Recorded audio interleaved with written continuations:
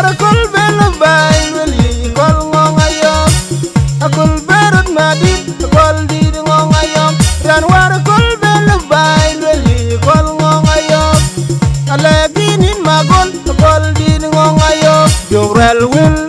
tinran manin war biorel yeran koy moy biorel wil tinran manin war biorel yeran koy moy wed biran moy bin tin tiang udah kujeran ngiwel ngwadi lo werai luel biorel wel tinran manin war biorel yeran koy moy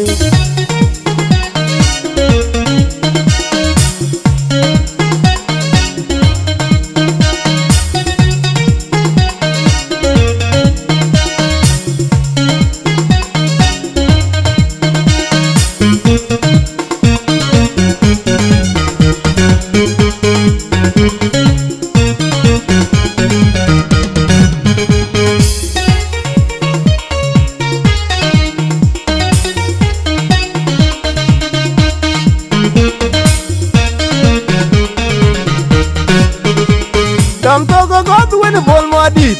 agun bol agany ran pod wil gelej leye kol amed gwar biorel wil tin ran manin war biorel yeran koy moy wed biran in moy bin tin tiang udah kujeran ngiwel ngwad lo werai luel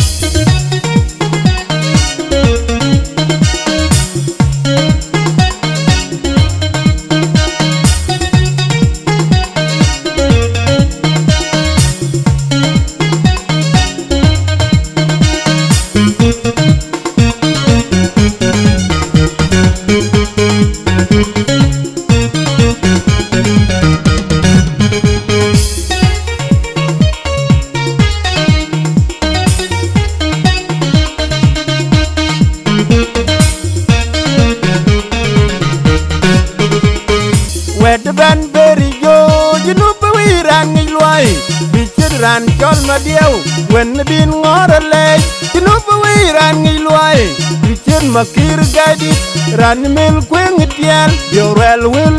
tinran manen war biorel yeran koy moy wed biran in moy bin tin tiang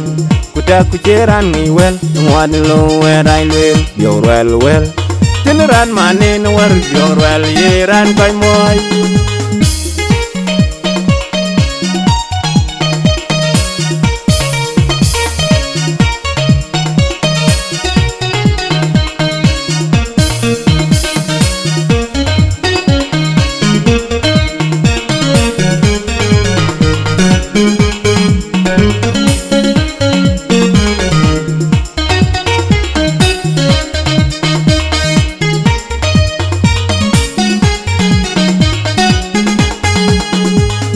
wed ban beri jo jinu pewiran ngilwai bichiran chol madiau wen bin ngorale jinu pewiran ngilwai bichir makir gadi ran mil kweng tial biorel wil tinran manen war biorel yeran koy moy wed biran in moy bin tin tiang kuda kujeran ngiwel ngwad lo werai luel biorel wel tinran manen war biorel yeran koy moy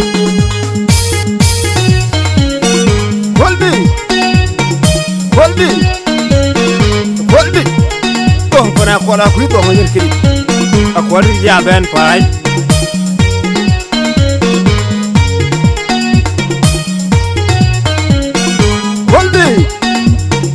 Holdi Frankton Studio